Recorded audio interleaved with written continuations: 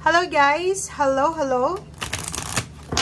Scorpio, welcome dito sa aking channel Scorpio. Alamin natin kung anong messages, vibration, gabay, energy para sa lahat ng Scorpio friends natin na nanonood. Ito ay general reading, so pwede kang makaresonate. Gamitin mo ang iyong intuition sa panonood. So weekly tarot siya. Ito ay simula last week na siya ng March 25 to 31 para sa lahat ng Scorpio. So, Holy Week special to para sa lahat ng Scorpio. Okay. Scorpio.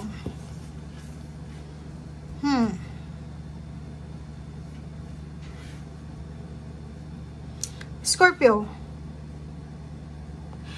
Nakikita natin dito, Scorpio, na siguro may mga bagay-bagay sa buhay mo na kailangan mo ng tulong. May mga decision making ka sigurong pinagdidesisyonan mo kahit may asawa ka, may karelasyon, may kapamilya, pero mas parang mahilig ka siguro magdesisyon ng ikaw lang. Sinasabi ng barahang Green Tara na to na ask others, including yung angels, archangels, guides, para tulungan ka. Instead na subukan mong gawin ang lahat by yourself, 'di ba? Yung parang sa sobrang confidence or confident mo, hindi mo kailangan yung mga suggestions or yung mga opinions ng ibang tao. So ginagawa mo kung ano yung naiisip mo. But this week, sinasabi ng baraha, make sure na humingi tayo ng tulong, opinions, guidance, or anything na makakatulong sa atin. Next card natin is Math Fairness. So, if ever man yon may nararanasan ka, Scorpio, na injustice, huwag kang mag-alala kasi makukuha mo yung fairness, yung justice dito. Okay? So, like for example sa trabaho, inaapi ka ba sa trabaho? Inaapi ka sa relationship? Inaapi ka kung saan? Sinasabi ng baraha, huwag kang mag-alala.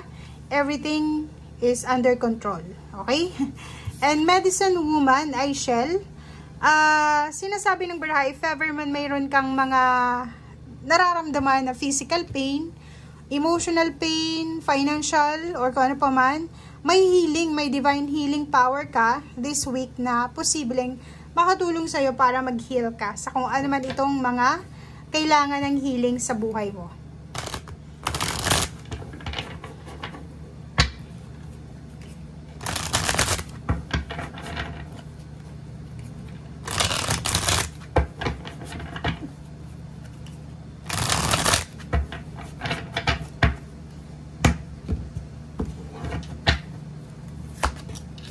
Okay, first card dito is the Lovers, Archangel Raphael, 4 of Raphael.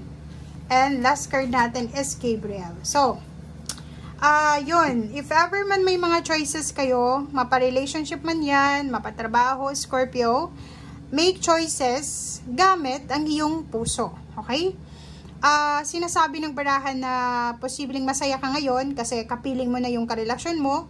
Pwedeng nasa long distance relationship, nagkita kayo or nagkita yung pamilya nyo.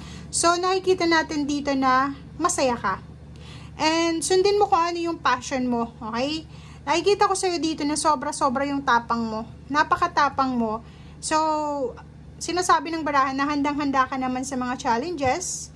So, kung may mga challenges or mga opportunities na pwedeng dumating sa'yo, ihanda mo ang sarili mo. Kasi, it's a great adventure or kung ano man to, blessing in disguise, itong mga challenges na to.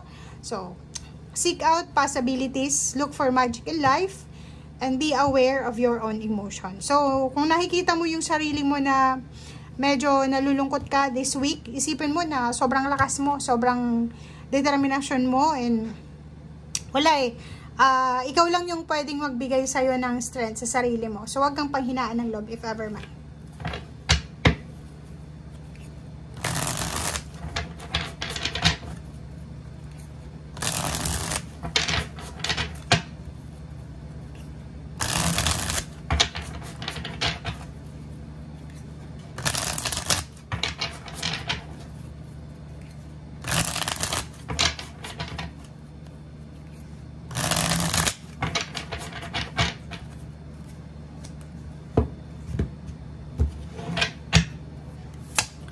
Okay, first card dito is Queen of Pentacles. Financial to.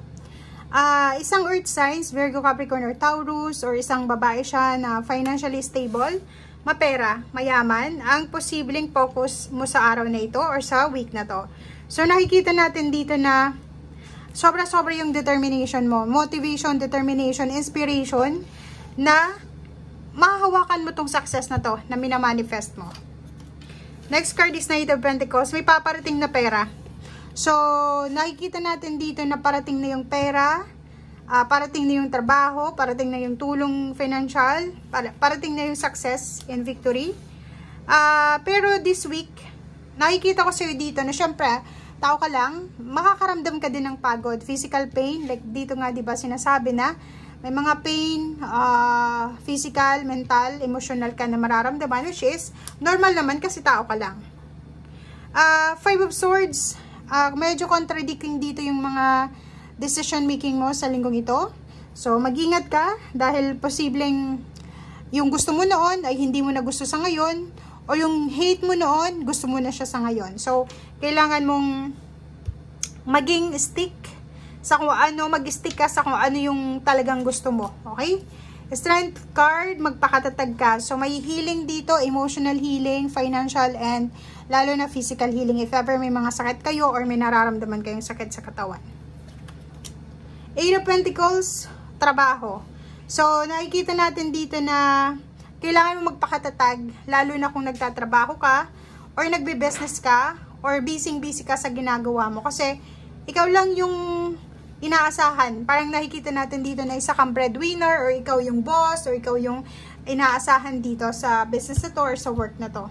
So, nakikita natin yung 88, financially, wala ka namang masyadong issue, problema sa pera sa linggong ito. Next card natin is Emperor.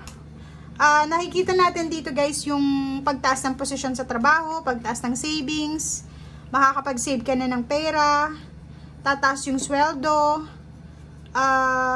sobra-sobra yung empowerment mo dito. So, iwasan mo lang maging emotional kasi pag naging emotional ka, magiging balance itong Emperor na to. Oh, wow, 'di ba? So, kung makikita mo dito, puro pera to eh.